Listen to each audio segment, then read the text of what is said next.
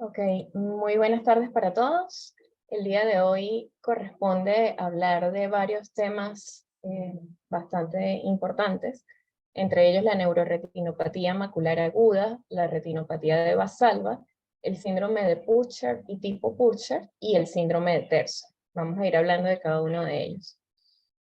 Para comenzar tenemos a la neuroretinopatía macular aguda, que si bien es una patología poco frecuente, rara, se caracteriza por la presencia de escotomas paracentrales que pueden afectar uno o ambos ojos y que fue descrita por primera vez en 1975 por Voss y Dudman.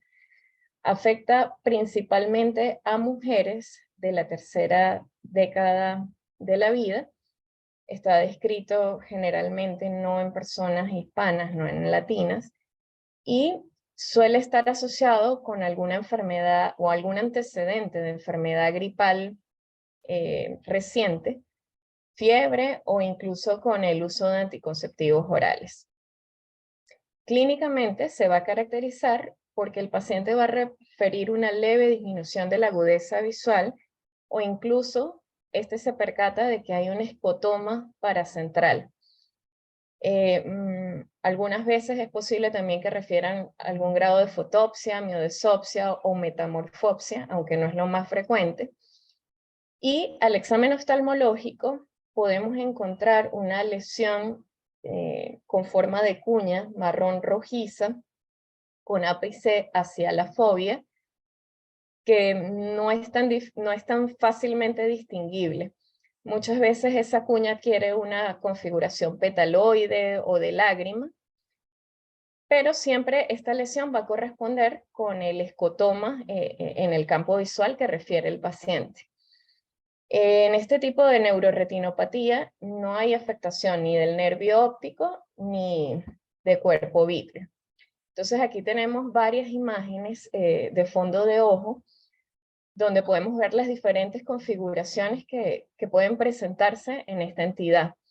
En la línea superior a B y C vemos entonces cómo es una lesión marrón rojiza en forma de cuña con vértice hacia la fovea, que se ve mucho mejor en imágenes cercanas al infrarrojo. En la columna del centro vemos que pueden adquirir también una configuración petaloide o incluso una configuración más ovoide o más ovalada, que muchas veces pasa desapercibida al fondo de ojo. Otras configuraciones que también pueden presentarse es en forma de lágrima, como lo vemos acá, o incluso en forma de herradura. Aquí tenemos otras fotografías donde vemos entonces esas lesiones en forma de placa o de cuña, en este caso nasal al área foveal, y con afectación a nivel del OCT de lo que serían las capas más externas de la retina, como lo vamos a ver con más detalle más adelante. ¿Cuáles son los factores de riesgo para esta entidad?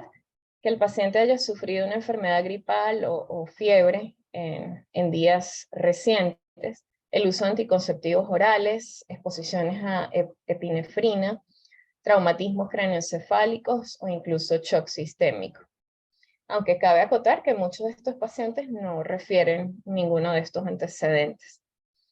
En cuanto al diagnóstico, aparte de la clínica, utilizamos las imágenes multimodales como la reflectancia cercana al infrarrojo, que nos permiten reconocer o identificar más fácilmente estas lesiones, delimitarlas más fácilmente dentro de la región perifoveal.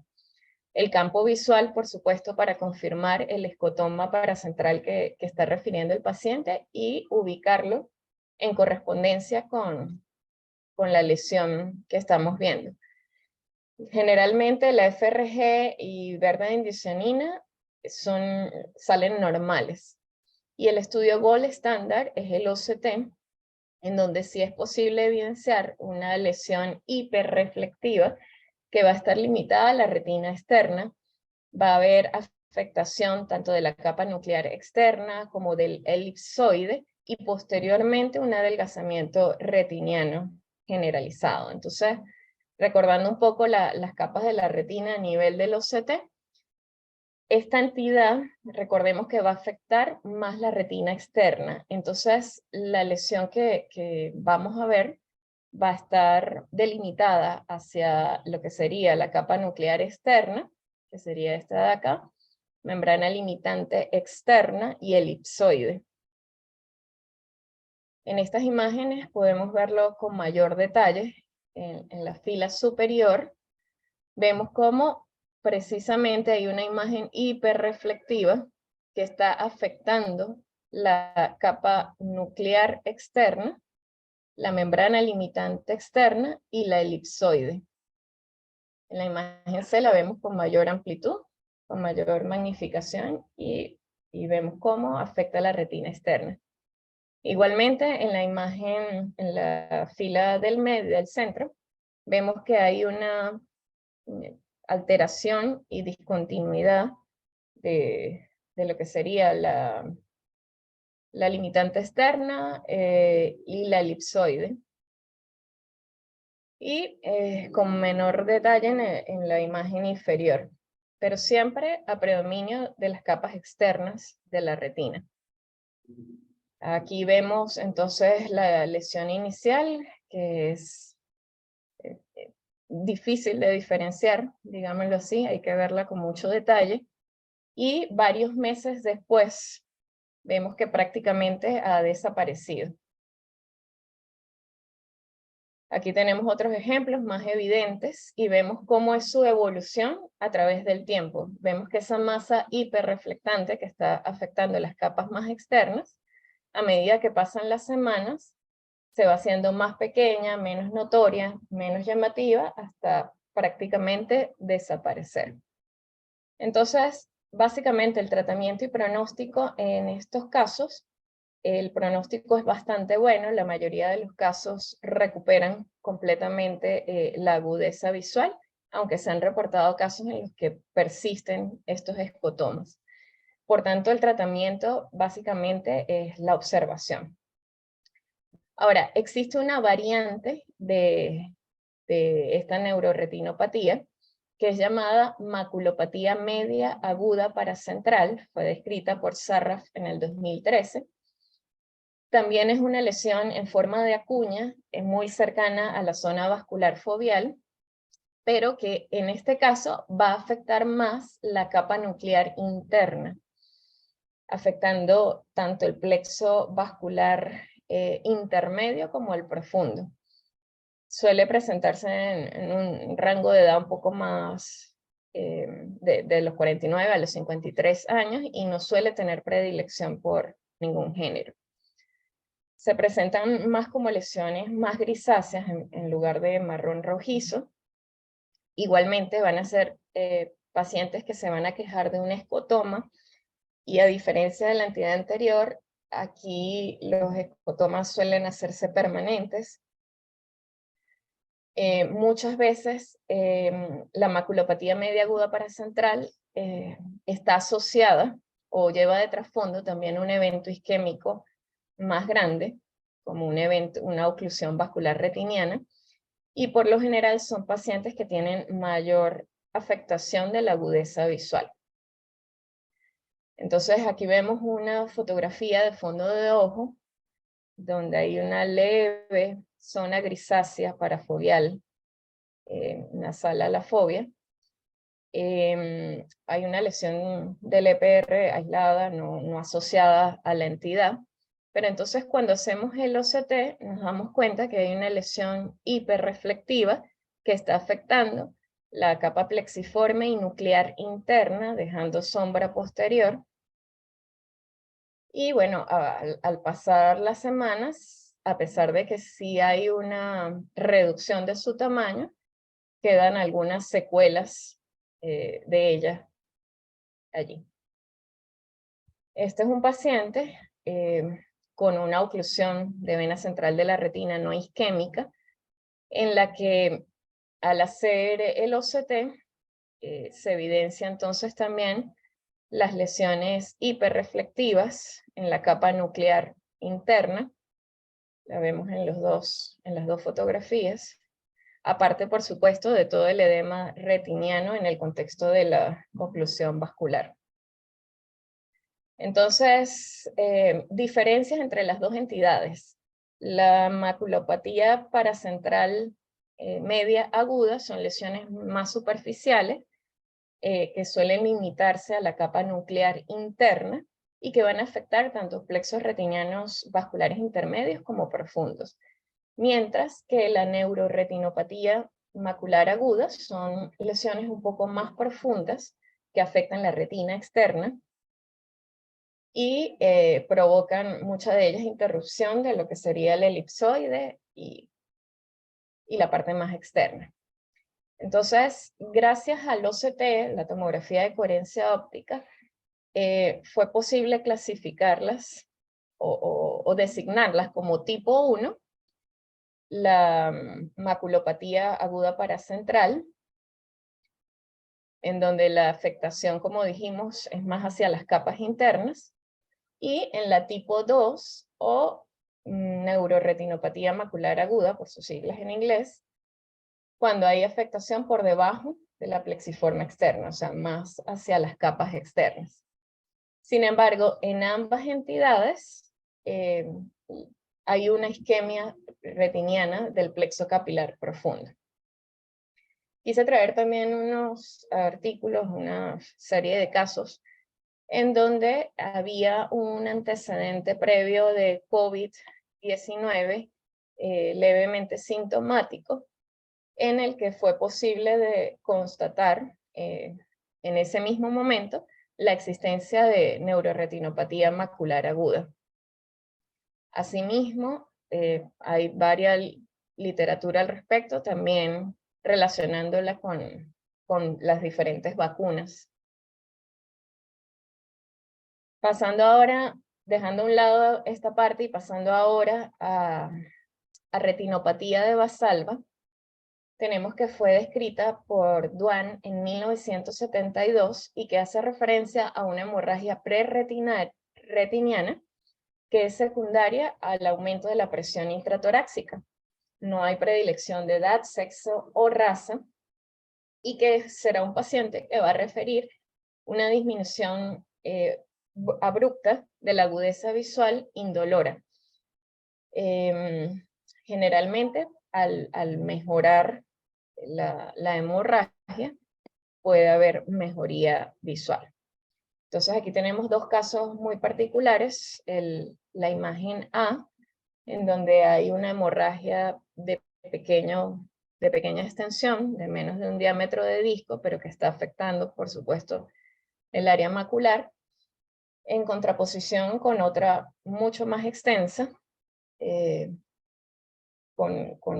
deja, por supuesto, un nivel, y muchas veces el signo de doble anillo, en donde la curvatura o la línea más externa hace referencia a la hialoides y la más interna a la membrana limitante interna. Está asociado, por supuesto, a cosas que, o donde hagamos maniobras de Valsalva exageradas, como el levantamiento de pesa, vómitos, tos, estornudos, estreñimiento asociado también a el uso de instrumentos musicales de viento, lesiones por compresión durante trabajo de parto, entre otros.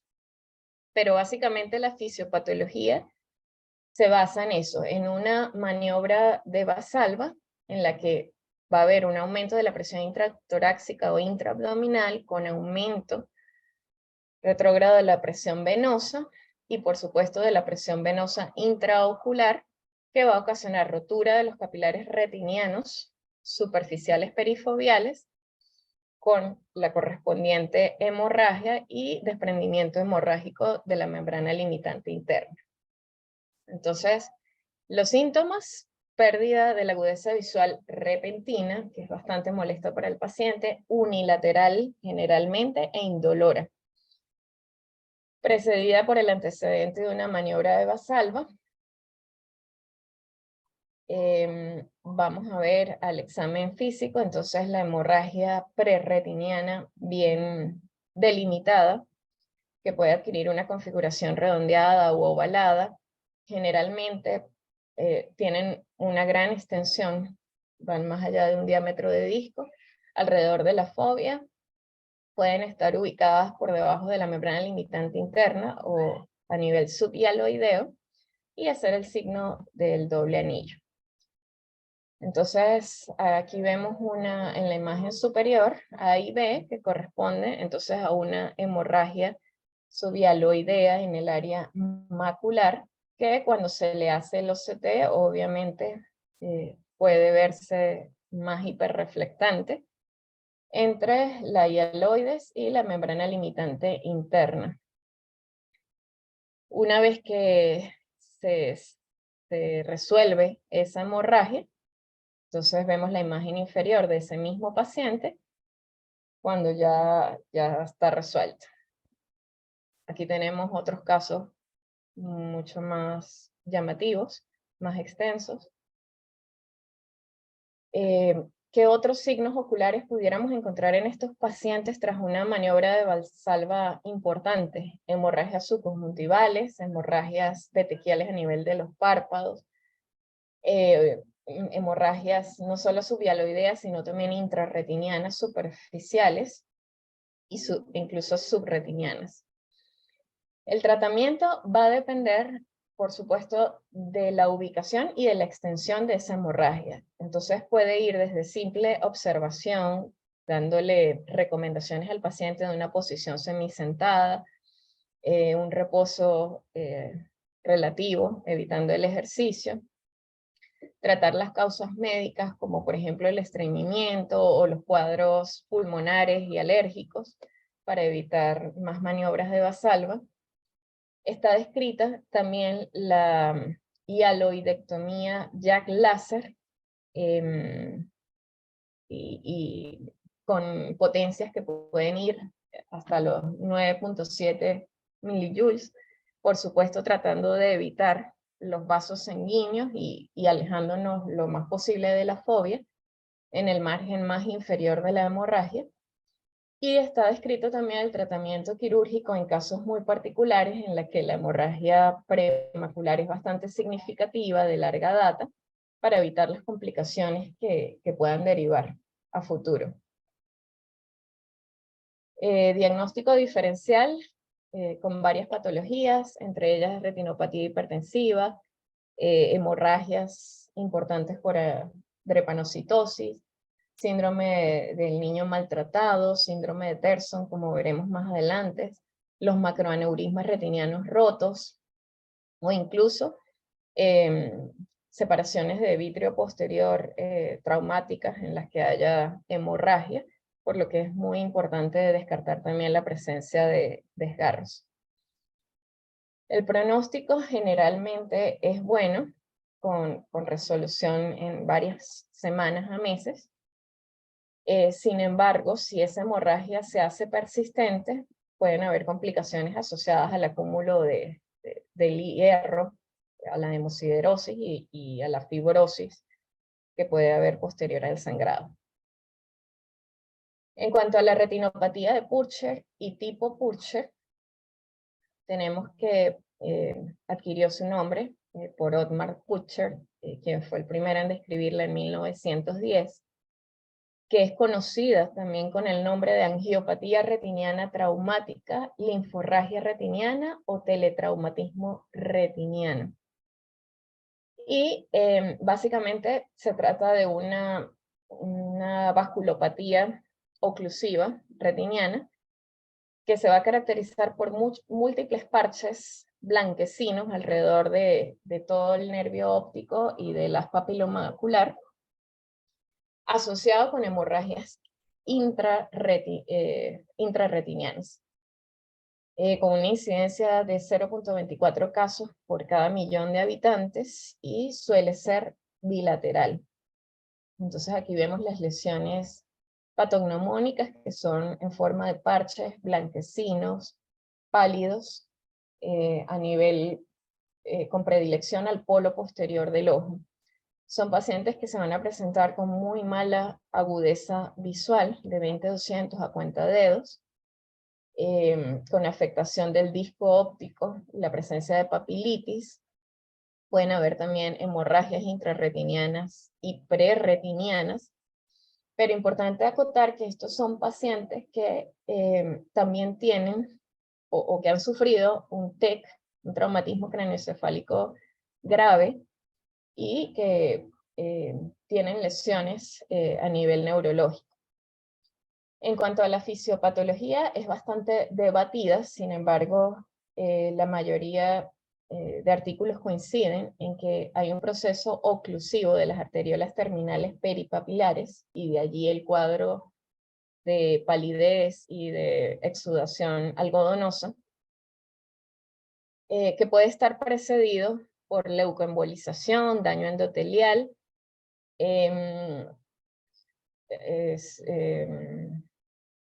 enfermedades o procesos que produzcan la activación del complemento 5 con bloqueo de las arteriolas más pequeñas.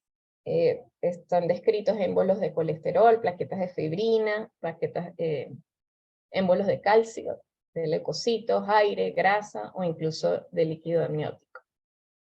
Entonces, pudiese haber una embolización grasa, por ejemplo, en el caso de fracturas de huesos largos, o en el caso de una pancreatitis aguda, donde hay degradación de la grasa omental, embolización de aire por traumatismos torácicos compresivos, una respuesta angioespástica grave por un incremento de la presión venosa, o una agregación granulocítica inducida por complemento. Entonces, son pacientes que se van a presentar en el contexto o de un traumatismo craneoencefálico grave, compresión torácica, pancreatitis, barotrauma, entre otros. Por supuesto, van a tener una disminución visual indolora, abrupta en ambos ojos, que va a ser días posteriores al trauma, con un escotoma central o paracentral. Muchos de estos casos son subregistrados porque son pacientes que se encuentran por lo general en una unidad de cuidados intensivos o en condiciones bastante graves. Pero a nivel oftalmológico, lo característico va a ser la presencia de Purcher-Flecken, que son estas lesiones blanquecinas en forma de parche, la presencia de manchas algodonosas, edema del disco óptico, edema macular, isquemia y oclusión arterial. En cuanto a los criterios diagnósticos, deben haber por lo menos 3 de los siguientes: la presencia de los Flecken, hemorragias retinales, manchas algodonosas, una etiología que lo explique, y que esto sea compatible con el diagnóstico, por supuesto. Entonces, hablamos de retinopatía tipo Purcher y no retinopatía de Purcher cuando clínicamente vemos esas características, pero no existe el antecedente de un traumatismo franco. Entonces es allí cuando hablamos de retinopatía tipo Purcher. Aquí tenemos otro ejemplo. Vemos claramente el Flecken Purcher, esos parches blanquecinos a nivel de polo posterior, peridiscales y perifoveales. La presencia también de exudados blandos que tapan un poco los vasos retinianos, hemorragias intrarretinianas, y que al pasar los meses, incluso años, ya lo que queda es un área de atrofia macular y muchas veces atrofia óptica. Las condiciones asociadas, como ya lo dije, pueden ir desde trauma, pancreatitis, enfermedades autoinmunes, embolismos de líquido amniótico. Se ha descrito también en anestesia retrovulvar, entre otras. El deterioro visual, bueno, va a ser grave, más de lo mismo. En cuanto a la evaluación a nivel de angiografía con fluoresceína, va a haber un bloqueo de la fluorescencia coroidea, podemos evidenciar isquemia macular o falta de perfusión, áreas focales de oclusión arteriolar, fuga a nivel de la cabeza del nervio óptico. A nivel del OCT podemos encontrar hiperreflectividad de la retina interna, que corresponden a las áreas de Purcher-Flecken. Puede asociarse a una maculopatía paracentral aguda media. En la angio es posible encontrar isquemia tanto del plexo superficial como profundo, y si pudiéramos hacer campo visual en estos pacientes, sería evidente un escotoma central, paracentral o arqueado, dependiendo de la afectación. Entonces, importante en la evaluación, si estamos sospechando una retinopatía de Purcher, tiene que existir el antecedente de trauma. Si estamos sospechando de una retinopatía tipo Purcher, es importante descartar patologías como la pancreatitis, pidiendo amilasas, lipasas, imágenes abdominales, descartar patologías inmunológicas, solicitando anticuerpos antinucleares.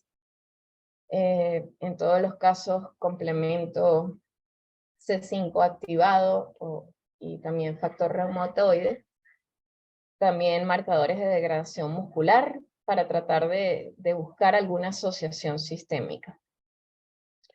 En cuanto al tratamiento, básicamente se va a centrar en tratar la causa que lo está produciendo, y dependiendo de eso está descrito el uso de esteroides vía endovenosas y orales, sobre todo en los cuadros inmunológicos, el uso de anti-VEGF solo en aquellos que tengan asociado edema macular, y en el caso, por supuesto, de retinopatía lúpica, incluso la inmunosupresión. Debemos descartar igualmente retinopatía hipertensiva, lúpica, oclusiones vasculares de la retina, con motio retinae, incluso retinopatía por VIH. El pronóstico no es tan bueno en estos casos, puesto que ya vemos que son pacientes que generalmente se encuentran en un estado sistémico bastante deteriorado, y sumado a ello, pues hay factores de mal pronóstico. Ya cuando vemos que hay infarto macular, que esos parches blanquecinos se han mantenido durante el tiempo, con la papilitis, la hipoperfusión coroidea, ausencia de perfusión capilar retiniana, cuando ya ha habido un episodio previo de retinopatía de Purcher, y cuando ya vemos que hay afectación de la retina externa con afectación de fotorreceptores, por supuesto van a ser pacientes que van a tener un mal pronóstico visual. Dentro de las complicaciones a larga data, el desarrollo de atrofia óptica y del epitelio pigmentario de la retina, con adelgazamiento generalizado de la capa de fibras nerviosas y de la fobia. Y en cuanto al síndrome de Terson, es otra patología, otra entidad que suele cursar con hemorragia vítrea, hemorragia por debajo de la membrana limitante interna o a nivel subhialoideo, y que está asociada a hemorragia subaracnoidea. Se demuestra básicamente por esta asociación. Entonces, cuando hay una hemorragia intracraneal aguda, lo adquiere su nombre por Albert Terson en 1900. Es también infradiagnosticada porque son pacientes que están con alguna hemorragia cerebral, mayor en el sexo femenino, a cualquier edad, tienen peor pronóstico, y la hemorragia va a ser mayor y el pronóstico visual va a ser peor a mayor presión intracraneal. Entonces, básicamente, este cuadro hemorrágico retiniano o intraocular se va a deber a una presión intracraneal elevada con compresión de la vena central de la retina, que causa hipertensión venosa, ruptura y sangrado de los vasos retinianos. Está descrita también la observación en los casos en los que la hemorragia es menos extensa y se ve que se está resolviendo hialoidectomía Jack láser en caso de hemorragias más extensas, o incluso la vitrectomía vía pars plana en casos de muchos más severos. Entonces aquí vemos la afectación bilateral con presencia de hemorragias prerretinianas que en el ojo izquierdo están afectando la fobia a nivel fobiolar, afectación bilateral. Aquí vemos posterior a una hialoidectomía Jack láser en uno de los márgenes más inferiores de la hemorragia. Vemos cómo sale la sangre hacia cavidad vítrea, disminuyendo, por supuesto, el nivel de la hemorragia y dejando libre el área foveal. Aquí tenemos una imagen de OCT, donde vemos que pues, es bastante evidente la hemorragia subhialoidea entre la hialoides posterior y la membrana limitante interna, que produce un bloqueo, una sombra posterior de todas las capas de la retina, y que una vez que es realizado ese drenaje de sangre, podemos ver las capas de la retina con diferente afectación dependiendo de cuánto tiempo haya persistido eso allí. Entonces, para recordar, no olvidar, la retinopatía de Valsalva produce hemorragias por debajo de la membrana limitante interna, hemorragias vítreas o incluso subretinianas, pero que son causadas por un aumento repetido de la presión intratorácica o intraabdominal por una maniobra de Valsalva, y que generalmente tienen un buen pronóstico. La retinopatía de Purcher y tipo Purcher se va a caracterizar más que por la hemorragia en sí, por la presencia de estos Purcherflecken, de esos parches blanquecinos, con exudados algodonosos, aunque también pueden haber hemorragias, y que básicamente son el resultado de un aumento del complemento 5 activado, secundario, bien sea a un traumatismo, a pancreatitis, a enfermedades inmunológicas, entre otras, que generalmente tienen un peor pronóstico visual, ya que a larga data pueden ocasionar atrofia óptica y macular. Y con respecto al síndrome de Terson, pueden producir hemovitrio, hemorragias por debajo de la membrana limitante interna o subhialoidea, pero siempre asociados a una hemorragia intracraneal aguda. Por su atención, muchísimas gracias.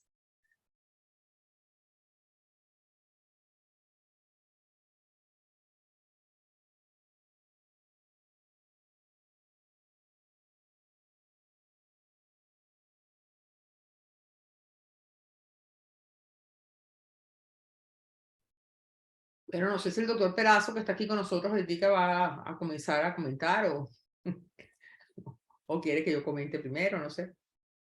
Bueno, yo lo que tengo, ¿me oyen? Sí, lo que tengo que comenzar que estos son casos sumamente raros, o sea, quizás lo que veamos más en común en la consulta es la retinopatía de Valsalva, porque la de Terson o la neuroretinopatía macular aguda son más raras y son pacientes que generalmente están hospitalizados con cuadros generales muy graves, ¿no? En nuestra consulta, que es una consulta no hospitalaria, es muy rara. Quizás en hospitales o en clínicas y por temas de interconsulta nos solicitan nuestras opiniones. Es bueno tener todos estos conocimientos para poder colaborar con el pronóstico y donde podamos con la salud del paciente. No tengo ningún otro comentario sobre el tratamiento. Sí tengo uno sobre el tratamiento de Jack láser de la hemorragia subhialoidea, que pocas veces, pero he tenido la oportunidad de realizar varias. El primero la realizamos con argón, tratando de producir una burbujita una que, vamos a decir, en la parte inferior de dicha hemorragia y una hemorragia vítrea. y después con el Jack Laser también se hizo esto. Y las potencias que usaba el Jack Laser eran bastante grandes también, porque es un aparato que está diseñado para la capsulotomía, no para tratar hemorragia vitrea. Entonces, todos los tejidos que tiene que atravesar el cristalino y humor vítreo y poder enfocar la mira en la hialoide es bastante difícil, es engorroso y es muy susceptible a opacidad de cristalino o una opacidad de los medios transparentes.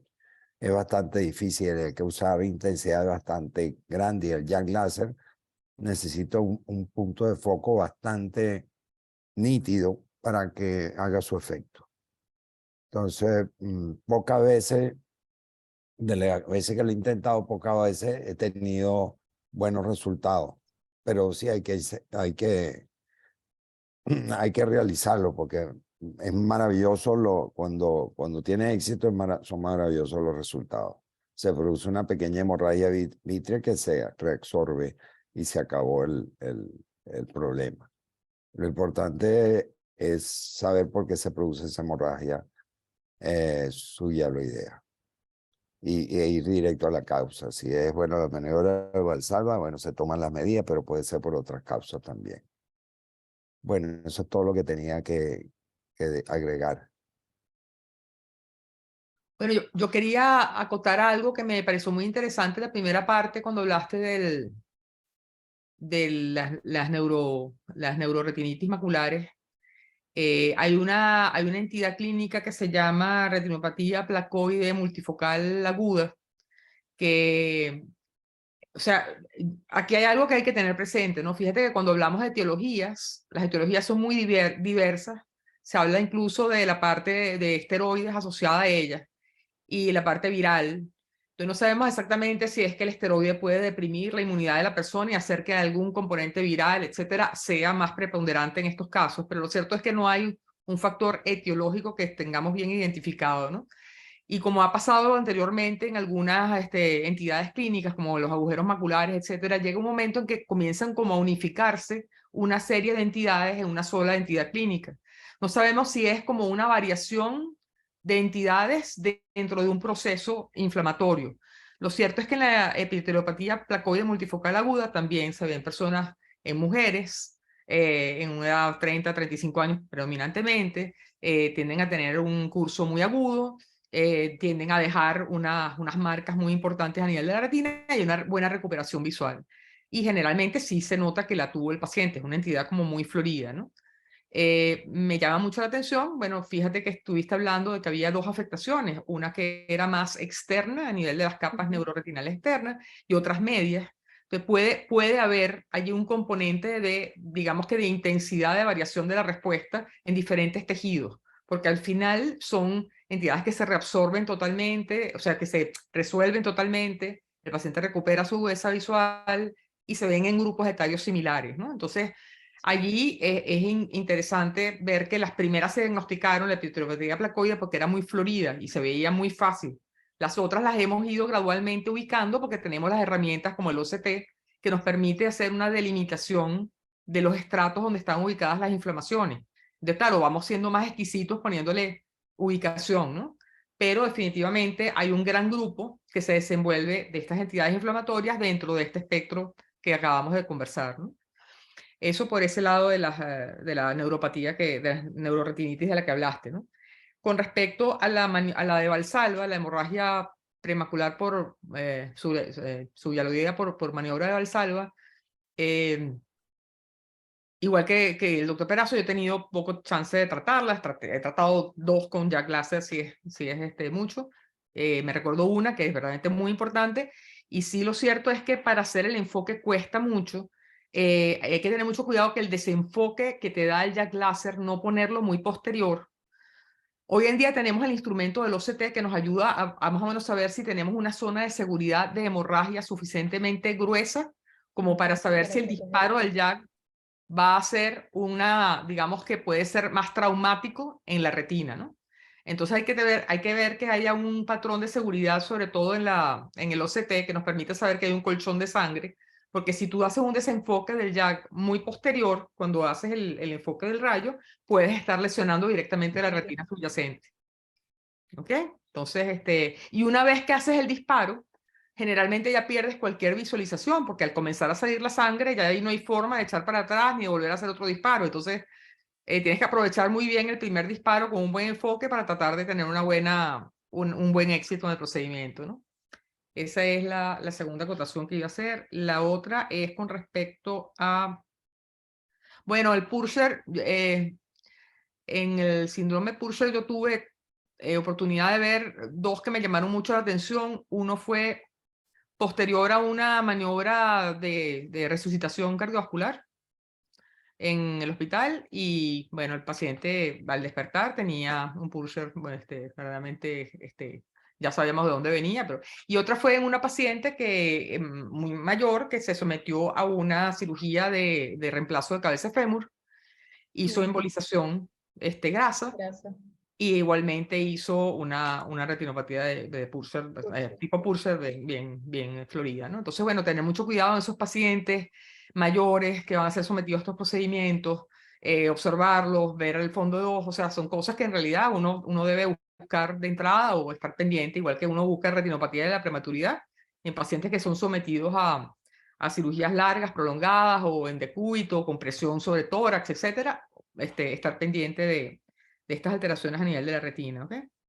Y lo otro que iba a comentar también con respecto al tratamiento de las hemorragias subretinianas en maniobras de Valsalva, también es importante ahí que como el vitrio tiende a ser muy, generalmente se ven bastante en personas jóvenes, y como el vitrio tiende a estar muy adherido a la retina, también a la hora de plantearnos un procedimiento que no sea, por ejemplo, algo que sea menos agresivo, como el láser, como el JAK láser, hacer una hialoidectomía en pacientes jóvenes con hemorragia siempre tiene sus riesgos, ¿no? Y hay muy más riesgo de desgarro, etc. Entonces, el hecho de pasar por las fases estas del láser y tratar de resolverla de esta forma también es digamos que una fase que uno debe tratar de usar para evitar que, bueno, para darle chance al paciente de recuperarse sin llevarlo de entrada a una vitrectomía, ¿ok?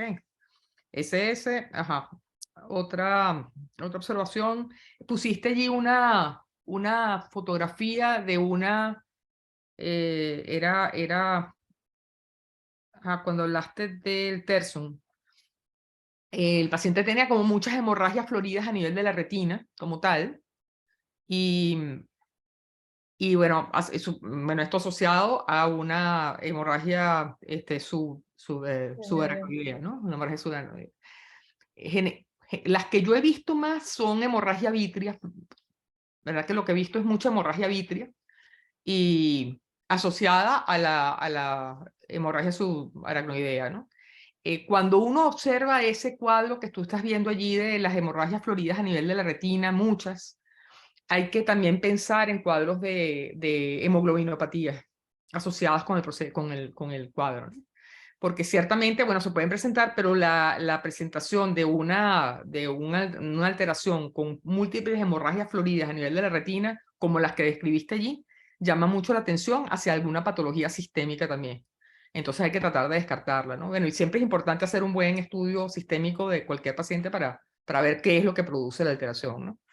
Esa es más o menos el recuento que tenía anotadito ahí para hacerte llegar. Gracias, doctor.